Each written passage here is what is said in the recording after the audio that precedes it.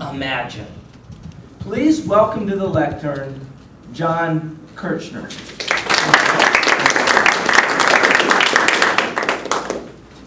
Who here has ever witnessed a car accident where the car is rolling, flipping end over end, the metal crunching, the glass shattering, the dirt flying? Now imagine yourself inside that car. That's where I was 26 years ago. When I was 17, I was going to a boarding school right outside of Atlanta, Georgia. My parents had come up one weekend to visit, and my roommate and I were staying with them in a hotel.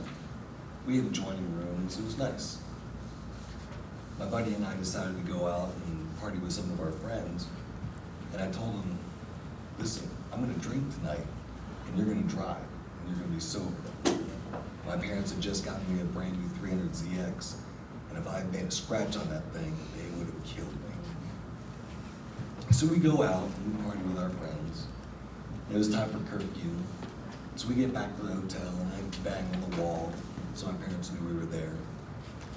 Shortly after that, I got on the phone with my ex-girlfriend. We get to talking. She says, why don't you come on over? Of course, I couldn't resist that. So we left, we went down to the car, took off the T-tops, got in, and off we went. And we're going down the highway, approaching the exit ramp. And the roads were a little wet because it had rained earlier that night, so they were kind of slick. And as we were approaching that exit ramp, he was going a little too fast. And by a little too fast, I mean 75 miles an hour. And as soon as that exit ramp turned to the left, that back end started to slide out, he locked up the brakes. We slid uncontrollably right into the embankment. And as soon as the tires caught in that sand, it immediately started to roll. And it rolled 3 times and flipped end over end twice. Every time the car was rolling, my head was hitting the ground. And I remember all the sounds of the metal crunching, the glass shattering around me, the dirt flying everywhere. Thank God we landed on all 4 tires. Now this is in 1988 when not many people had cell phones. But thank the Lord somebody drove by who had a car phone and called 911. It didn't take long before the ambulance and the fire rescue got out there to the scene. They had used the jaws of life to open up the car door, cut the seatbelt off me and take me out and put me on the gurney. They put me in the ambulance off the way to the hospital. Shortly after getting to the hospital, they called my parents at the hotel. My mom answers the phone. The lady on the other line said, Mrs. Kirchner, you and your husband have to get down to the hospital immediately. Your son's been in a terrible car accident. She says, no, he's in the room next door. Again, the lady said, no, ma'am, he's been in a terrible car accident. You need to come down here immediately. In disbelief, my mom says, no, I'm gonna go check. She sets the phone down, goes over to the door, opened it up. When she didn't see a soul in that room, her heart dropped. She later told me that when she was on the way to the hospital with my father, she said, oh, I'm sure he just broke his leg. He just probably broke his leg. Well, when they got to the hospital, that wasn't the case at all. They saw my friend Whit sitting in the waiting room, pale as a ghost, shivering, unable to speak. They looked in the distance and they saw me on the gurney. The sides of my head had already been shaved. They had screwed traction into my skull. I had blood all over me. My chest was a little deformed because of the pressure of the seatbelt.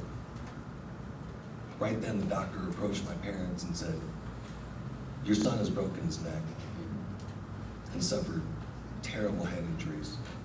We're not even sure if he's going to make it. They were devastated. The next day, my cousin Steve came into the room. And I said, Steve, please pray with me. And he sat down next to me and we prayed. The next memory I had was of my sister coming in.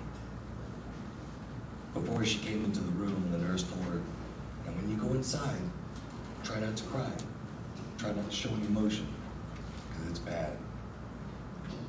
Of course, when she came in the room, all that went right out the window. She burst into tears, and of course I burst into tears. A few days later, when I was in the ICU, they brought a gentleman in who was screaming in pain, crying out for help. And I asked one of the nurses, what's going on? She said they brought in a fireman. He was fighting a fire, and while doing so, a beam fell down on his neck, pinning him to the floor. He had third-degree burns over 90% of his body. All night long, all I heard was him screaming, crying out for help. The next morning I woke up and I didn't hear the screams anymore. I didn't hear the cries for help. I asked the nurse again, I said, is he doing better? I didn't hear anything. She said, no, he didn't make it. I knew right then and there, it could have been a whole lot worse for me.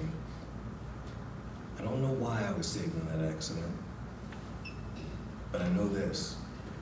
The fact that I'm sitting here able to tell you my story means that God is not done with me yet.